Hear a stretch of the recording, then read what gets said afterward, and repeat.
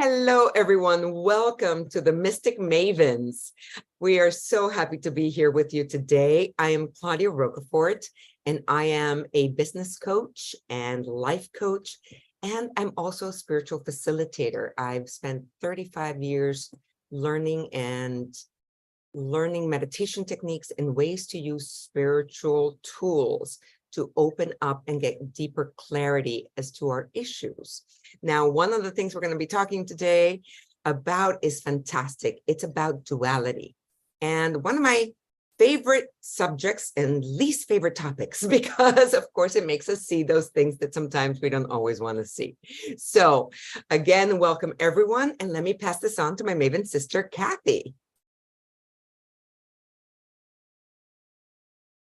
Sorry about that. I was watching us as I'm talking on the thing. So hi, I'm Kathy Basel, and I'm a transformational life coach and an energy healer. I love this topic because to me, the work that I do is all about helping people to release a lot of the trauma that we're holding on to, the old baggage from the past. And a lot of that is because we're judging it, good or bad, right or wrong here. And so this is a really liberating conversation that Carol has teed up for us today about how to bring our soul to that next step of recognizing what duality is and how to be with it. So thanks so much for teeing this one up, Carol. Do you want to tell us a little bit about you too? Hello, everyone. I'm Joanna White, the midlife resuscitator. And what I do is revolutionize healthcare by bringing it back to self-care through spiritual holistic practices. I'm a spiritual holistic teacher, and I just love everything spiritual. So as we go into today, I am excited about duality now. When the process started and uncovering it, there is no excitement there. You get to learn what the pain is actually bringing. You learn to feel the excitement of it. So I can't wait to hear how Carol, because she's probably the first one that brought duality to my attention maybe a year or so ago. And I have been going through my awakening for well over that. So, and then it was like, oh, that's what that is. So I can't wait for y'all to hear about this tonight. Carol. Thank you, Joanna. I'm really excited about this topic as well. And I'm a spiritual teacher and counselor, and I work with those that are going through anxiety, depression, and that have a general state of sorrow about them. And what I do is help them become more joyful and present to the life that they're living now. And so this subject is really important to all of us with regards to our anxiety, to resolving conflict, actually, the conflicts that we have within. So we can thank Aristotle for the nature of dualities because he gave us the either or concept. It's either this or it's that. And when we see life in those terms, we don't see that they are two sides of the same coin. And while we're saying opposites, they actually can complement one another. They're not just opposites, because opposites, when people think of opposites, they usually are thinking of a discord of some kind, a conflict. But the conflict only comes in when we're not seeing both sides at the same time and bringing them together. So, for instance, you have any coin, you flip a coin one way or the other, and you see heads or tails. Mm-hmm. You see heads and tails, right? Mm-hmm. But when we take out the or, it's an and.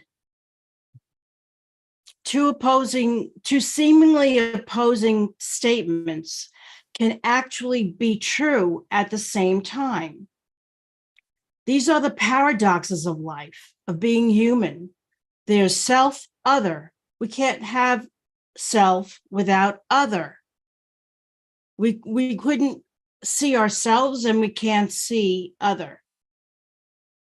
And we live in a world of other. So when we start thinking about dualities, I had learned them as sets or reconciliation of opposites. That's Carl Jung. He brought that really into fruition, reconciliation of opposites. And you can say that when we bring two seemingly opposing statements together, we can experience unity. And so what we're going for with reconciling these opposites or seeing both sides of the set is unity consciousness. And another aspect of this is, which is something that I talked about in a prior segment, is completing cycles of action. You can't exhale without inhaling. That's a cycle of action, right? And so when we begin to pull all of this together and see both sides of a set, we're not bouncing from one to the other and being bounced from pillar to post. It's like a seesaw. You're going up, you're going down. But how do you maintain that fulcrum of holding them together simultaneously at the same time and being able to see them?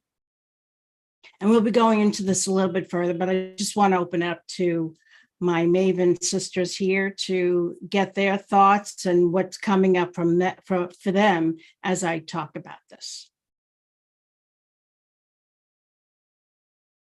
Who wants to jump in? I'll jump in.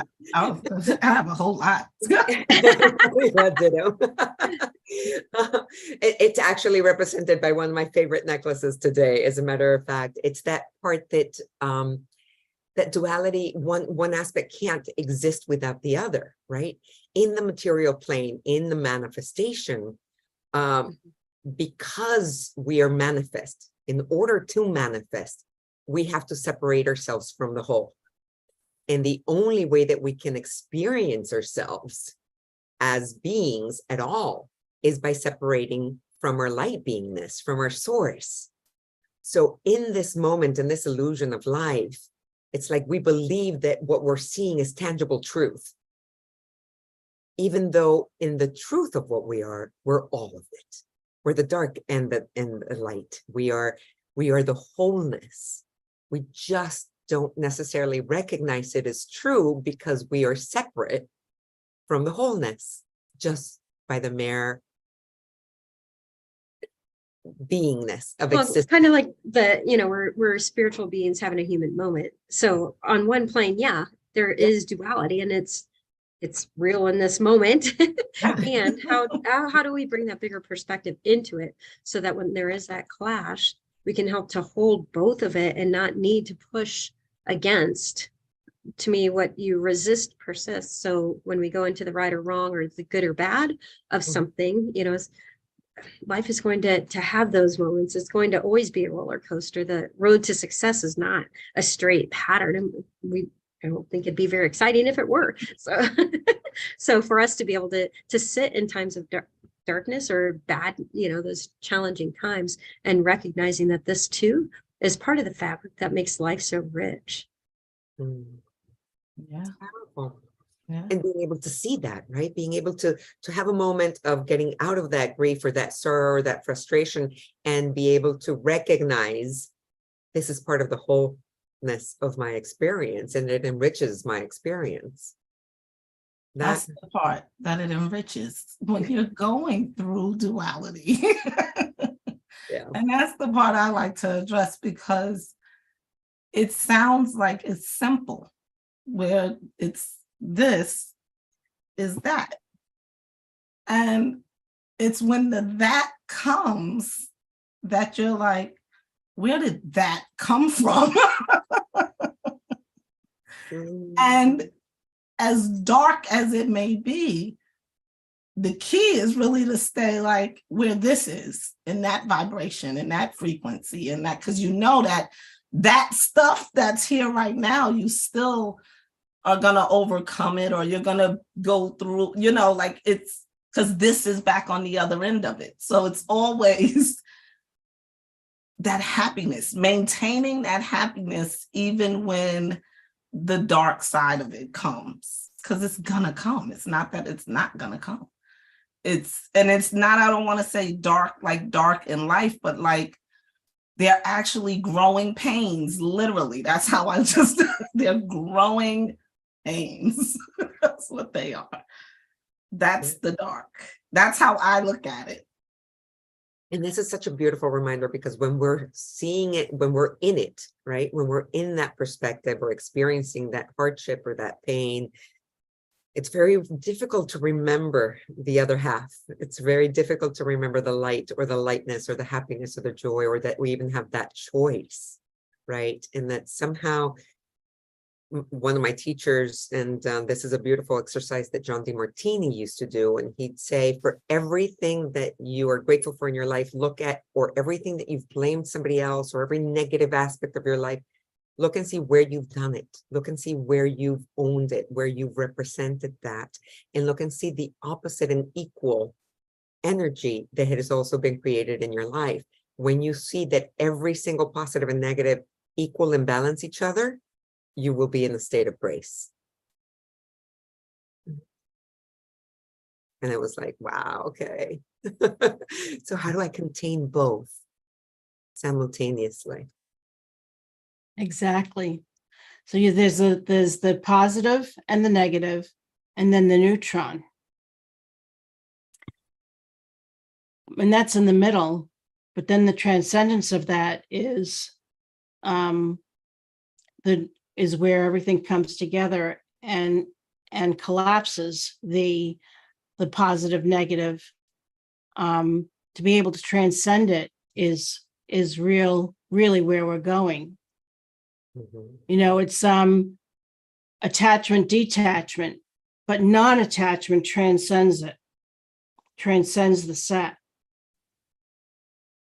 Because non-attachment puts us in a state of not being affected one way or another. Yeah. But we're able to go ahead. No, I'm not. I just want to understand.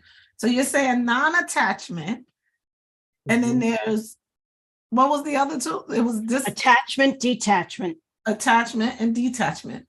So explain that. So like we shouldn't have any attachments, is what you're saying? When we have non-attachment, that means we're not emotionally triggered or pulled one way or another. Right. And then, okay, so it just doesn't affect us, or it doesn't have that power over us. That's anymore. right.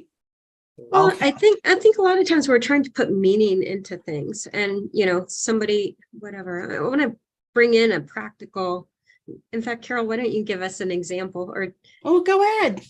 Well, I would prefer for you to create a statement that addresses both sides. What happens in your life? What is in your life where you can state two sides of the same? Yeah. So it just makes me think, I used to live in Florida, and my growing up pattern, my dad was kind of the crumb. And so I had a lack of trust. And so I was really attached when I was dating guys, and I was dating a fellow who traveled a lot. And it was uncanny because I would get triggered when he would say, I'll call you tonight when I get into the hotel. Well, if I was expecting that should be around 9 p.m. If it didn't happen, I would get attached to that outcome. And my angst about it, I swear, would actually push my desired result of getting the phone call to happen. And every single time I would go to the beach, and the moon would be out, and I just let it go to the ocean. As soon as I would let go of the attachment to the outcome, that call, I'd get home and there would be a call, there'd be a message from him.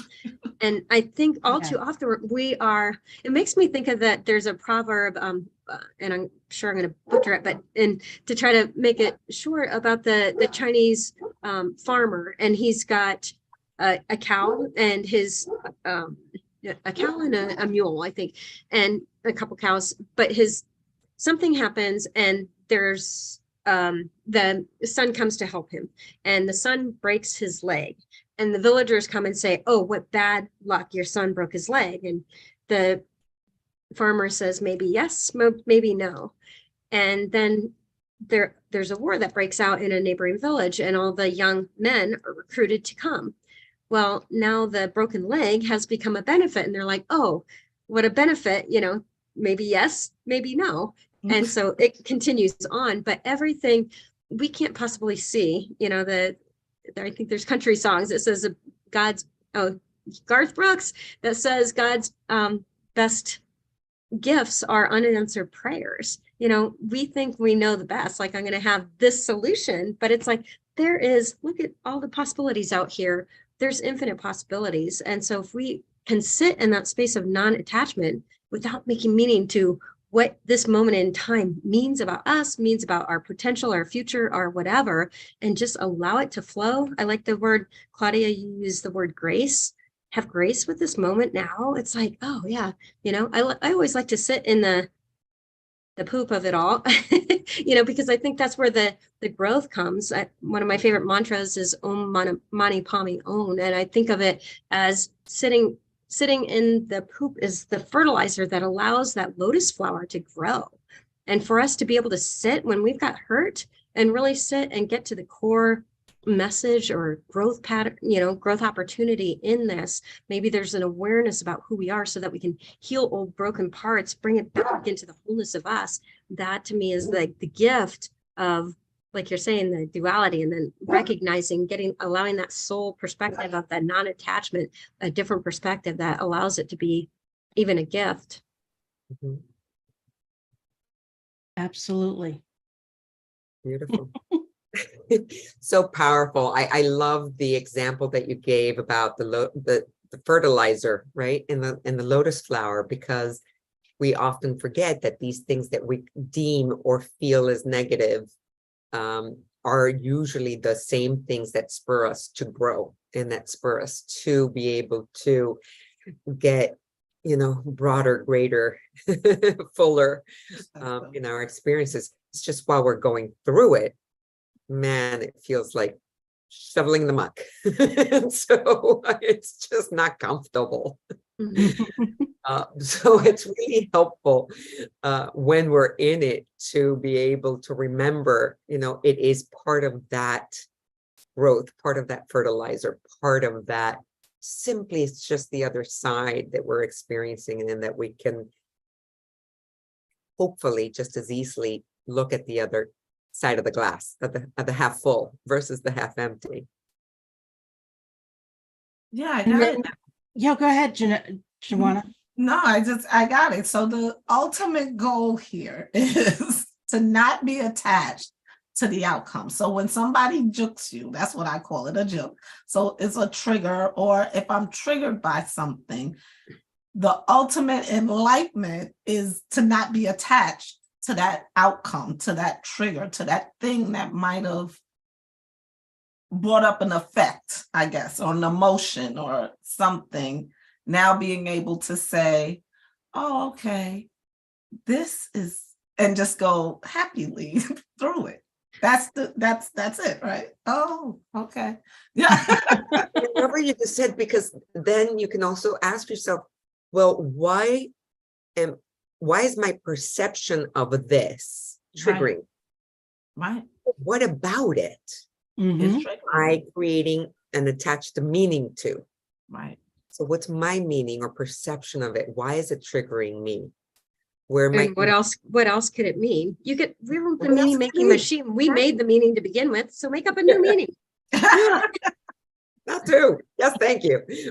I love how Kathy always brings us right back down to like You made it up to begin with. it's true. There's the yes and no to everything, right? When we say yes to something, there's always no to something else. Mm, And Yeah. oftentimes we can't make decisions about what we want to say yes to and what we need to say no to. And we're bouncing back and forth between the two, and that creates the inner conflict, right? But once we make the decision about and declaring something yes, and then saying no to this, there's a clarity that comes about from that, and an openness and a open space. There's a freedom, a completion, if you will, of making a declaration about something one way or another, and having both the yes and no exist at the same time. I'm saying yes to going there tonight, and I'm saying no to going over here, and being okay. But once we make that declaration, something comes out of that. There's a common tranquility that comes out of making a declaration and being able to see the yes and no of it. And I would add, without making the other choice wrong. Well, once we go to wrong, then we have to include right. Exactly. Then we are creating duality again, versus saying these are both just as equally good or equally. They just are. They just are. Exactly. They just, it's the Well, is I think of it like the smorgasbord of life. You know, we've got the buffet and all these things are laid out for us to enjoy. And, you know, just because you took the mac and cheese doesn't mean it's better than the shrimp scampi. It's just a choice. And if you don't like the scampi, go back for the mac and cheese. Like, I'm hungry, Kathy. We're prepping you all for dinner, people. We're getting your appetite going, right? Yeah. Okay. And there is I think a calmness or something that happens when we do make those choices and we're clear about what we do want and what we want more of in our lives. There's something really powerful. And I remember this is one of the greatest lessons in duality for me, was when the things I didn't want were being mirrored or reflected or presented for me. I had that once too. Oh yeah, a few, a few of those, right? Really? We weren't so comfortable. And my teacher used to always make us meditate and bring them and integrate them in our hearts and say, they're all part of you. The only part that the question is, which one are you rejecting? And can you embrace it as part of the truth of who you are, as part of the more, part of the infinite possibilities of the wholeness, of the oneness, rather than make it wrong or push it outside of yourself. Yeah. And like you said, I think sometimes we'll judge something. If you are having a problem moving through something and it keeps a pattern keeps coming up, like I'm just going to stick with the dating thing of the wrong guy keeps showing up. There's something that you're rejecting, you're protecting against, you know, there's somehow where either there's a push or a pull energy. And until you sit and become okay with what is, then you're going to continue with that push me pull you kind of energy. And that's what I love about this topic today. You're all so rich, getting to that space of neutrality about it, just accepting it, and healing. Maybe there's some forgiveness that needs to happen in order for you to get to that space of neutrality. But it's truly, you know, how much we've been judging right or wrong. That was a huge healing for me. Like I said, my dad was kind of the cheating crumb in my upbringing, and I blamed him for a very, very long time. And then one day I was sitting in a access consciousness class and we were talking about judgment, and I recognized I was judging his choice back then. I'm like, how could I possibly know what was going on? My mom might have been, you know, a dragon lady. Who knows what was going on? But when I finally let go of that last thread of judgment against the choices my dad made back then, even though it was still painful, it didn't change the situation. Me not judging him anymore allowed me to heal my heart enough that I never had to worry about that again. It's wonderful. Yeah. But you got to go back and find that core. Exactly. And when we can accept another as they are, then the conflict ends within us. Right? That's huge. So how many times are we trying to change somebody to be more like what we think they ought to be, rather than just recognizing, like Maya Angelou says, when somebody tells you, shows you who they are, believe them and then allow it. Don't expect it to change. Right. And Yeah. as you say that a lot of people ask me when I got divorced, why did you get divorced? And I'd say, well, really what happens is you just get tired of each other's bad habits. It's the same habits that's been there. You just really get tired of it. And that's how I had to view it, because it wasn't anything that I would say, like new things come along the way, but it's that original thing that really got on your nerves that is like, they still do that. And they, But it's interesting. Sometimes the very thing that attracted you to that person in the beginning, then you're in the relationship and now you've got an excess of it, it's like that flip side of the coin. It's like, oh, wow, you're really neat. Oh, wow, you're OCD. So yeah, too. right. My mom used to always say, living with someone and knowing someone is two different things. She would always tell me that. So OCD when you start living with them. If you just go swing by every once in a while, they're just neat, really neat. Yeah. These two statements. Once or twice in my world. These two statements of, I love you, but I can't live with you. They're two statements that feel opposite of one another, but they're two true statements. They're just both sides of it. So in our lives, when we make a statement about something, like, I can't do that because I don't know how to do it. The other side of it is, I am going to do my best and learn how to do it. Wow. I don't know how to do it. I'll learn how to do it. We can create our own statements of opposition according to how we see it and how we are living it. And one day, I spent 7 hours listing out every single opposite that I could think of, every set. Easy, hard, right, wrong, good, bad, black, white,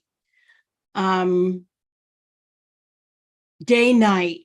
But the biggest one was self-other. And that's what we live in every single day, is the self-other paradigm. And it's not just a balancing act, but it's a tightrope and a tension, if you will, between opposites. It's like walking a tightrope of being and becoming. And you can't have one without the other. While you're being, you're also becoming. Like that. That's hope. Yeah, and when I think of other, and as we begin to evolve our perspective towards this, is I believe that people are really reflecting back the things that I'm putting out there. So, if something's showing up for me, I tend to look within and look at where I'm either resisting or somehow calling that in, or within me it's existing and I'm just not seeing it. So ultimately we're one. It gets back to that non-attachment. It's like, no, we're actually the same, one and the same. Yes. What I've been, just with that, when these things come up, I've been being curious with it. What is this here for? What am I supposed to do with this right now? Just to put some amusement behind it and lighten the energy of it. And that helps me through those moments of duality. So now, what is this here for? Okay, what do you want me to do with this right now? And then what I found is to choose me in those times. Like, to be in that yes or no place. Don't be questioning things. And it's making that firm, confident decision, or now it's time to stop playing. Even if it's with a person, now it's either time to sever the relationship, or it's time to, and it keeps showing up, this little painful thing, but it's because I'm not being yes or no here, choosing my answer. Like you'll say things like, oh, well, they're a nice person, but it's not what serves me. And I feel like that's what the duality brings, is more of me serving me and choosing that. Yeah, I like to think that we're on a journey of becoming more fully ourselves. So that little grinding moment actually helped to get you there. What kind of moment, Kathy? Grinding.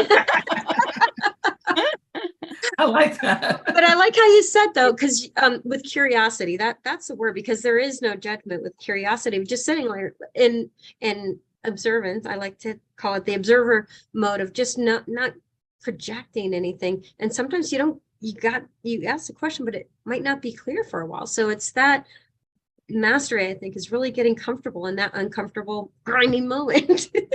Or the emptiness of like, okay, I'm asking for answers and it's not revealing at this moment. It's like, okay, just be at peace with that.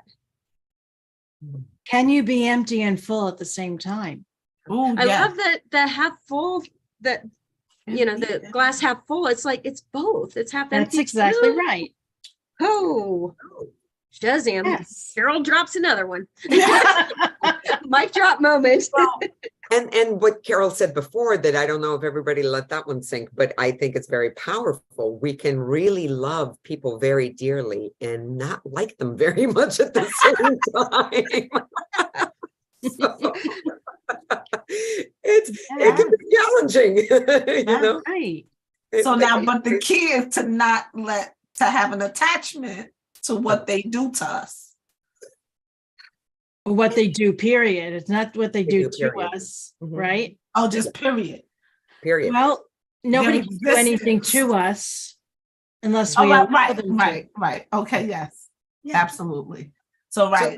So to whatever they do, whatever they say, whatever they choose. That's the challenge, right? So that we're not sitting in judgment, because then we start, the minute that we go into that judgment, we're in separation, and we are going to, whatever we resist persists. Yep. Harder. Yeah. And boy, do I forget that lesson sometimes. Oh goodness. Today has been a particularly one of those days where I was feeling very much in separation. And I was really looking forward to this conversation. I don't allow myself to go there very often, but every once in a while I have a day. It's like I was just seeing the empty part of the glass. And so, oh gosh, it is such a challenge sometimes when we're there from that perspective to look at the half full. And I want to bring this in because it's what helps me. Aside from sharing space with these beautiful ladies who remind me, thank God for them. Look at what we can be grateful for. That will raise the vibration so that we can begin to look at the half full. Because sometimes from the half empty perspective, it's very difficult to look at the half full. And when we can't see it, when we can't find that way, by switching into gratitude, or at least willingness, we can start raising our vibration so that we can then get back into that, oh, there is a half full too. Let me take a look at that side. Yeah. Yeah. What does half empty look like, and what does half full look like? That too. That's also a judgment, right? Yeah. It's a perspective. It's a perspective, yeah. It's one's own perspective of what half empty or half full would be, but the goal is to always be half full, whatever your perspective is. The goal is to be whole. Oh, Right. yeah. Yeah. The same thing. Okay, to look at it half full. I don't know. Yeah. To The be goal is to whole. remember I'm all of it. Right. I'm empty and full. Yes. And when you said that, because I have had times energetically, I may be empty, like tired, but I'm so full from what has happened. And one of those things is like, I did a class, and then after the class, I get a testimony, like somebody calls me and they're like, Joanna, I was so depleted after the class, but the call just filled me up so much that it was like tears started flowing, and I'm just like, I was overwhelmed with fullness at that moment. So when you said, can you be empty and full at the same, I'm like, yes, I just really So yeah, okay, being whole. And that's what a holistic teacher, how don't I know to be whole? That's And when I was doing dyads with people, and I would have an experience of this very thing of being empty and full at the same time. And the emptiness was being still and quiet without any thought happening. And the full was just being so full of presence and full of unconditional love. Mhm. Yeah. And being in that space is probably, it's indescribable, actually. It's hard to put into words what that actually feels like, but it's open, it's spacious, it's tranquil and peaceful. And to be able to live every day in that space, we think it's not possible, but that's where thinking gets involved and tears everything apart. Well, so I think a lot of people think that the goal of life is the happiness piece of it, but I think you just hit on it right there. It's that and that sense of wholeness. Mm-hmm. Yeah. I'd love to offer a sample, the kind of way that the way that I used to work through it to be able to feel that was in meditation, to look at whatever it was that was being presented to me that I felt duality about, or that I felt was outside of myself, or that I was rejecting. And our teacher would have us bring it into our hearts and bring it into the wholeness of who we are. The more it is just a part of me, the minute that I allow this to be a part of me too, and I bring it into the truth that it's all me and it's all love, then I would stop feeling that separation and duality. And those were the moments that I felt the most whole, the most complete, the most really in that state of grace, of understanding, of peace. Yeah. Yeah. It's huge. Yeah. And that's a practical way of applying it, right? These things that we may be struggling with or rejecting, or our view of what empty even is, or the things that may be difficult, to ask, for starters, what's it showing up for me? How is it helping me see something that I might be holding or that I might need to work through? And how do I bring that into the wholeness of who I am? Yeah. The body speaks. I always say, ask the questions and the body, and you get the answers. Yeah. They may not come immediately, but sometimes it's depending on where you are when the answers appear. But they always appear. And the questions that we ask might not be the question that is actually being asked, if you will, Mhm. but every question that we do inquire into brings us closer to the clarity of what we're actually asking, Mhm. so that we arrive at the answers that truly get to the heart of the matter. Mhm. Yeah. Yeah. That's exactly it. Yeah. Powerful. So, question. When we are feeling, I would love to hear how you ladies work through or handle those moments when you're feeling duality, right? And you're feeling one side or the other. When we're feeling great, we usually don't complain and look at the other side. But when we're not feeling so good, right? How do you bring yourselves back to wholeness? How do you find ways to minimize the duality? Well, One of the things that go ahead. no, go ahead. You please. One of the things that I do is I do inquire. I ask, what is the nature of the conflict? Because that brings me right into the middle of what I want to make real, bring into existence of what the issue might be. What is the conflict?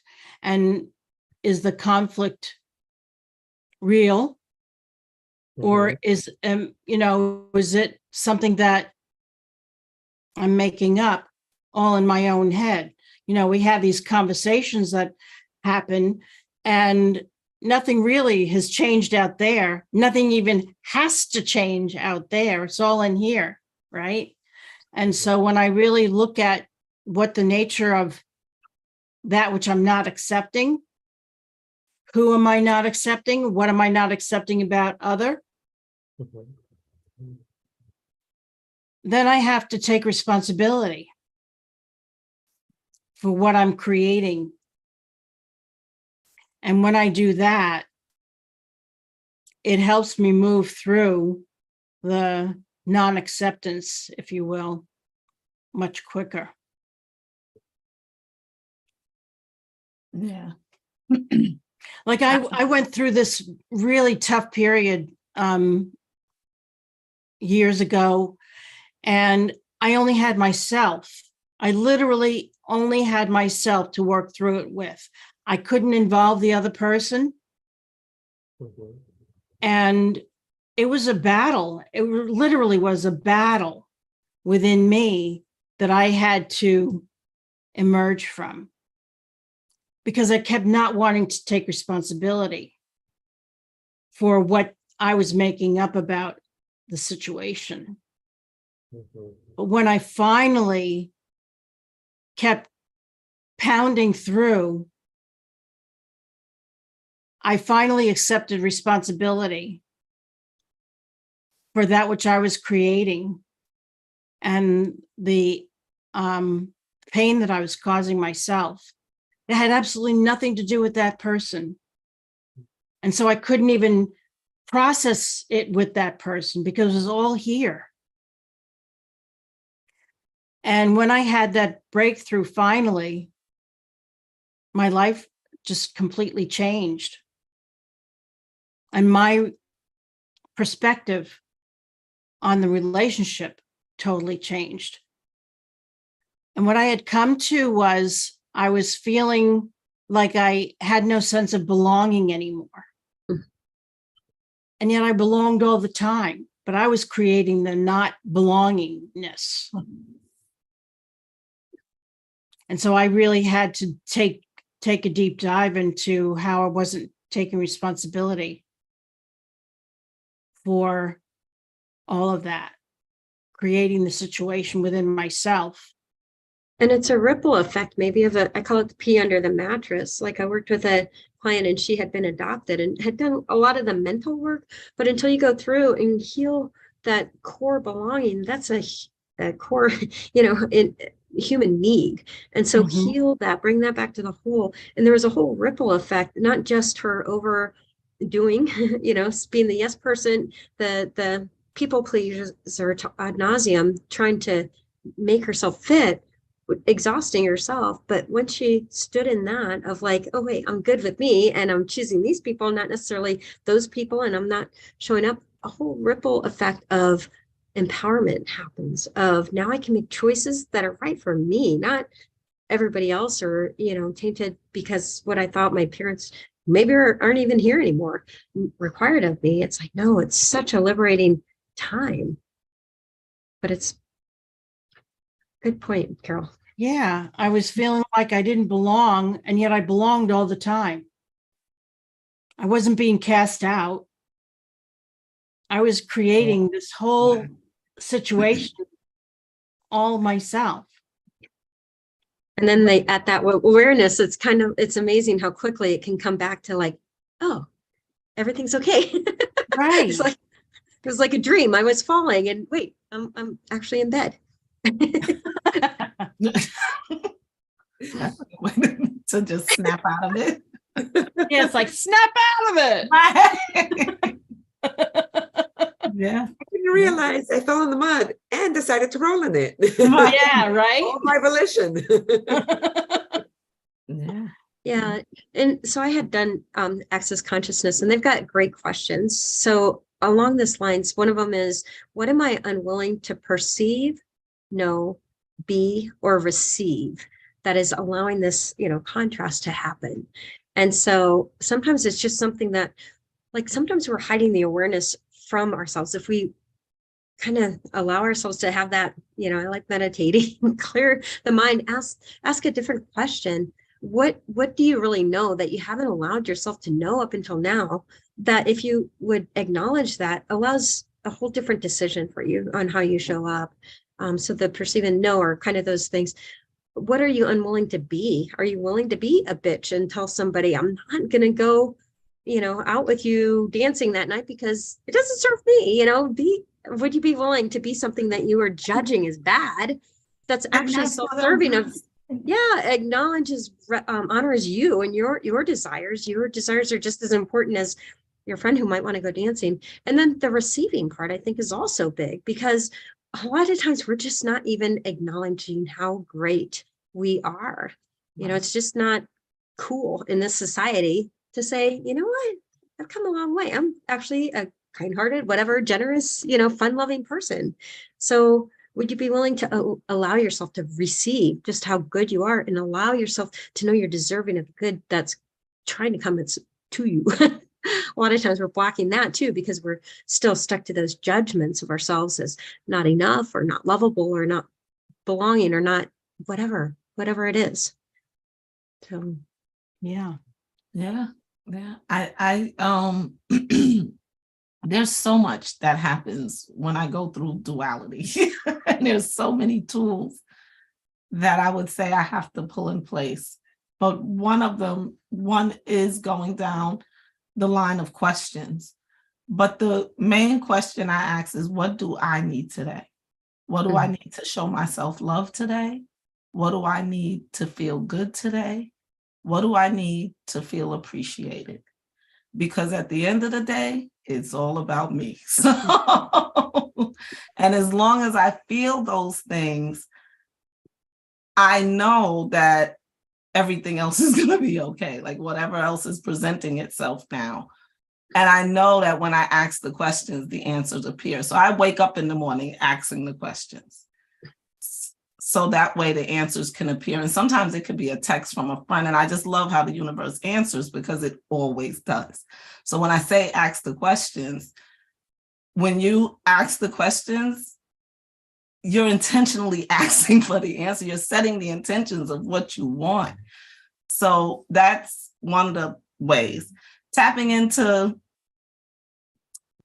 a higher frequency. I will listen to whoever needs to raise my frequency at that time. So it could be Abraham Hicks. I may go on YouTube, or, put on something that I know is going to have me look at the awareness of where I am. Because I've lost a little perspective here and I need to bring it back. So whatever that might be. And then, of course, meditation. Like sometimes I can't even get to meditation, to be honest, like to get there. So just laying in the bed and turning on a YouTube or maybe listening to a meditation, where a guided meditation where I can just lay, because sometimes the energy, I call them jabs because they knock you out sometimes when you're in duality. Like it'll knock you, you're like, where did this come from? And it's really hard to get up sometimes. So being able to have things to look forward to, like Mystic Mavens twice a month, it gives me a reason to stay energetic and high, and just being around you ladies, momentum, every week. And those things keep the duality, because we could look at business and be like, I'm not making any money, but I know it's an end to the means. And so tapping in and asking the questions and allowing the answers to appear, like all of that, I think is key to keeping the vibe up. Yeah. And you mentioned something, Joanna, that I'm glad you brought out, because I'd love to put this out with everyone, that when things don't feel like they're flowing, like when the abundance is not necessarily coming in as a stream, right? Or those moments when all of a sudden, money's not coming in the same way. How do we deal with that duality? How do we remember and stay in the I am abundant, I am receiving, I am creating, I am manifesting, when perhaps the illusion of our reality, or the reality as we believe it to be, is not necessarily showing that, right? And so it's challenging when we know the truth to be we are abundant beings, but somehow life doesn't seem to be mirroring that for us in a given moment. So how do you ladies work through that duality? How do you have any suggestions that we can all apply? Remember? Yeah, for me, I have to get down into the core of what is creating that. Mhm. And I've been there before, and it's usually fear. Fear of not having enough, not doing enough, fear of that what I have will go away, Mhm. that fear of not being able to have what I need. Mhm. So it all boils down to fear for me. And when I can't create anything out of fear, I can't create anything or have abundance or more of things that I want if I'm in fear. And so that totally annihilates creativity. And when that happens, I'm powerless. I lose my power. And so when I can sit in the reality of that, it helps me to feel like that gives me the power. When I actually acknowledge the fear, that it's fear and I can't create from fear, then it propels me into creativity. Well, I started a new thing. Look, I started a new thing. Repeat, Joanna, I please. said I started a new thing that helps me is when I feel that it's one, like Carol said, it's either fear or it's love. So which one is it, is what I ask myself. Mhm. Which one is this right now? And then I start telling myself, and I may use other words sometimes, but I start telling myself who I am. I am the one that creates this world. I am the one that needs to feel good. I am the one that, and then I start, that's right. You are the one that's creating this course. That's right. You are the one that's doing this. I start talking to myself, literally.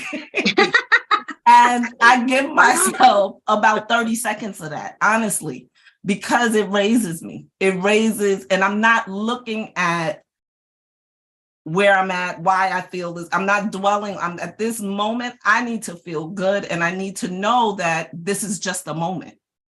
So the more I hold on to it, the more I go into it. All of us have trauma that's probably out of this world from life. And if we sat down and talk about traumas, you know what I mean? And now I'm at the place where I don't want to dwell in the trauma anymore. I done had it. I done did it. I know what it is. I know that I'm a better person today, tomorrow, and every other day after. And that's the energy, the vibration that Abraham Hicks hold it for 17 seconds. So I try to hold it for 30 seconds and just keep that vibration going of everything positive about myself right then and there. That's a tool that I use. Beautiful. Thank you.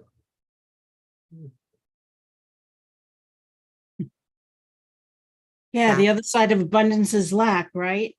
Yeah. And when we're living in that domain, the only thing that we can do is really create, because that's what gives us the energy. That's what gives us the power. And there's that scene, you're either creating or dying, create or die. You're either growing or dying. Create, destroy. Mm-hmm.